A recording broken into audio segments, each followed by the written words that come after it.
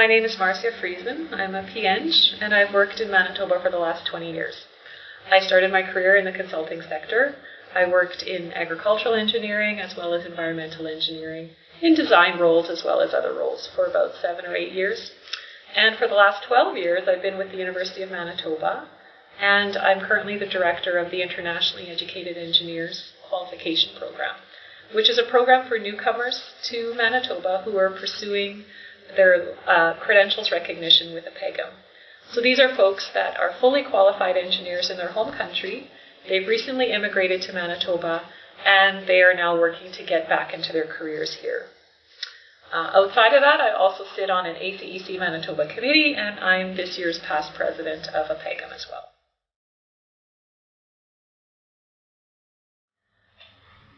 My direct experience with workplace culture has to do with cultural differences, so national cultural differences in the workplace. There are other ways that we can look at workplace culture. For example, we can look at different generations in the workplace. We can look at gender dynamics in the workplace.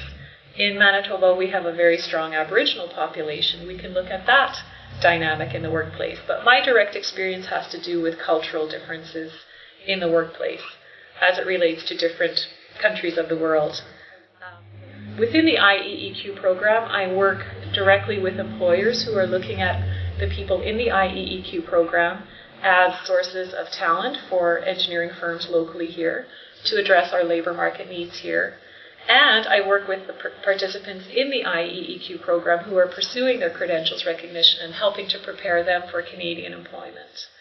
And it's typically acknowledged that a newcomer's technical skills are very strong.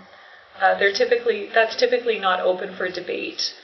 Employers acknowledge that degrees may have different focus areas in different parts of the world, but that the technical skills that a newcomer brings are on par with any person educated in Canada. If a newcomer is struggling in the workplace, often the root of that struggle will relate to cultural differences in the workplace.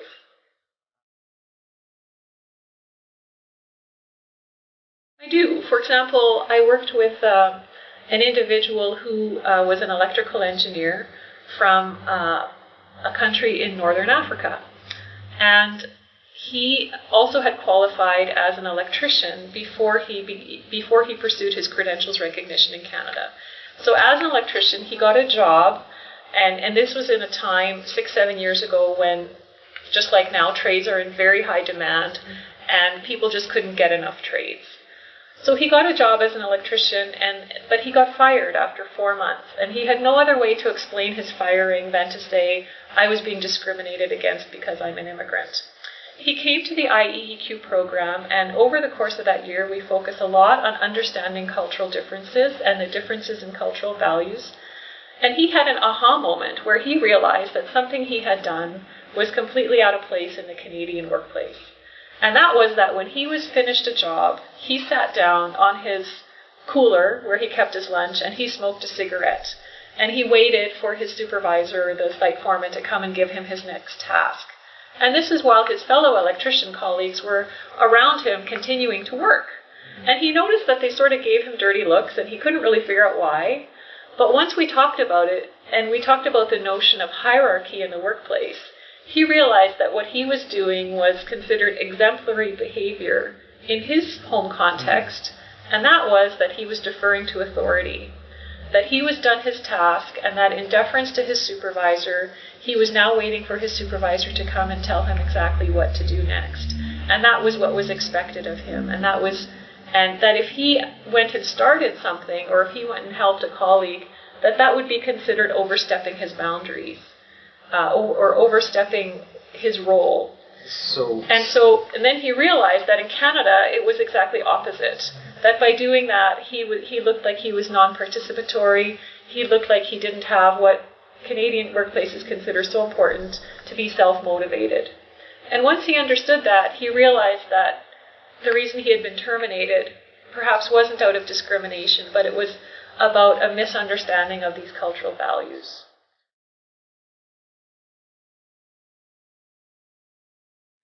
There are a lot of ways in which culture raises its head. So I've often heard employers say something like, he's a great backroom guy, but I can't put him in front of a client. Or I've heard an employer say something like, you know, she's so formal. Whenever I walk by her cubicle, she stands up and says hello to me, and frankly, it just makes me so uncomfortable. I've started to take a different way through the office. At the same time, I've heard newcomers say things like, you know, I'm not sure why I'm not getting recognized in my workplace. I'm doing everything that I think a good employee should do, but I don't seem to be getting recognized or acknowledged for it. And I've heard a lot of newcomers say, I'm having trouble respecting my supervisor because when I go to him for answers to questions, he just tells me, you go figure that out yourself. And so I don't even think he knows as much as I do about this. So what I see from my perspective is that all of these are examples of cultural differences at work. These are all ways in which cultural differences have gone unexamined, but that they're making a big difference. They're making a big difference in the productivity of the workplace, in the morale of the workplace, and in how people are interacting. And that shows up in all of us, all day, in how we do our work. But it's not us versus them, because we all have a culture, and we're all operating out of a culture. And that's really important to recognize.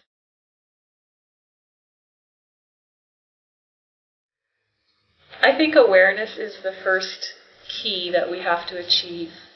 And as engineers, we tend to think that engineering is the same all over the world. We say Newton's law is Newton's law wherever we are. Ohm's law is Ohm's law wherever we are. A circuit drawing looks the same. A beam diagram looks the same. So we tend to underestimate the differences in how engineering is carried out. And therefore we tend to be a bit more surprised than we should be when we see cultural differences at play in the workplace. So as I said before, cultural differences arise all the time in how we act and how we do things. And I think what we have to recognize is that, firstly, everybody has a culture. I do, you do, everybody around me does. Secondly, it matters. And thirdly, it matters more than we realize that it matters. Engineering in Manitoba is already very culturally diverse, and that's really something to be celebrating and to be proud of. And I think what's really great to see is that it's diverse at all levels of the profession. So junior, intermediate, and senior levels, we have a lot of cultural diversity. And I think what we should be proud of is that we have that at even the most senior ranks of our profession. And that will only continue to increase as more and more newcomers are coming to Manitoba and to Canada. Well, thank you so much again. All right, thank you.